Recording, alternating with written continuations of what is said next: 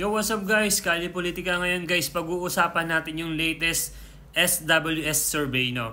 Sa latest surveys guys, Senator Bongo, number 1. Senator Bato de la Rosa, number 3 na guys. No? And then sa possible na makapasok sa Magic 12 guys, dalawa nakapasok na PDP laban. Si Ipe, no? Si Ipe and then si Congressman Marcoleta. Guys, tapos nasa ilalim guys, Jimmy Bondoc pati Attorney Vic Rodriguez. So ano ibig sabihin nito guys? Habang lumalapit ang election guys, ang PDP laban guys, tumataas ng tumataas. No, ikampanya lang sana ni nila Senator Bongo, lahat ng PDP laban. Itaas niya ang kamay pati ni Senator Bato de la Rosa kasi guys, Senator Bongo, malaki yung impluwensya niya talaga sa tao. Na parang si Pangulong Duterte kasi talagang sanggan dikit ni Pangulong Duterte yan eh. So ngayon guys, sa tingin ko magkakaroon ng Duterte magic dito. No.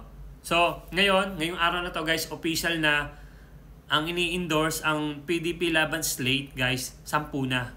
Kaya ngayon guys, hindi na sila Lucky 9. Duterte, no, nakalagay diyan Duterte senators, no. So punta kayo sa official Facebook page ng PDP laban. Sa mga hindi pa nakapollow diyan, i-follow nyo na. No? Guys, kailangan natin tulungan ng PDP laban. No? Kailangan natin tulungan guys. No? Para kay Pangulong Duterte.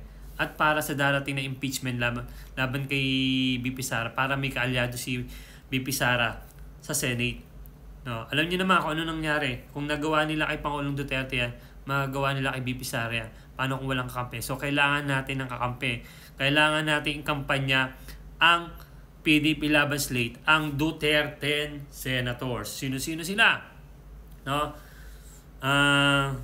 Senator Bongo, Bato de la Rosa, Jimmy Bondoc, si Ipe, Attorney Marcoleta, Attorney Vic Rodriguez, Attorney JB Hinlo, Attorney Lambino, Pastor Kibuloy, pati si Doc Mata.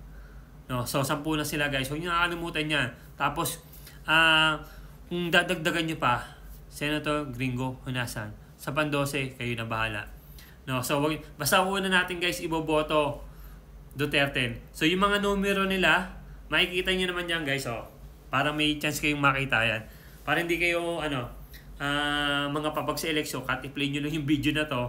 Makikita niyo kung anong number sila sa bolota. Yan, kita niyo guys. Pastor Kibuloy, 53. Vic Rodriguez, number 56. Atty. Lambino, number 34.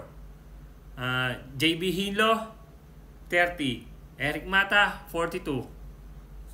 Ayan guys, Marcoleta, Bato, 22, 28 Bongo, Pastor Kibuloy, no, Jimmy Bondoc, number 10. So ayan guys, tignan nyo lang yan. No? Kailangan natin guys suportahan ng PDP laban. Pagawa tayo ng banner sa kanya-kanyang bahay natin o poster, idikit natin PDP laban, solid PDP laban. Isang buwan na lang guys, halos isang buwan na lang guys ang eleksyon.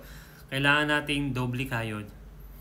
Kung tayo guys nagpo-promote sa kada barangay natin, kasi hindi naman halos lahat may may mga social media, may mga cellphone hindi naman halos lahat. So kailangan na tayong may mga cellphone at active sa social media. Kailangan natin ilabas sa barangay, no, yung pangangampanya natin. Lagay tayo ng banner, pagawa tayo ng banner, tarpaulin ng PDP laban na may mukha ni Pangulong Duterte. Kaya natin to guys. Magic, Duterte magic. Nagawa natin ng panahon ng mga dilawan, magagawa natin sa panahon ng mga bangag. Kalye Politika, peace yo.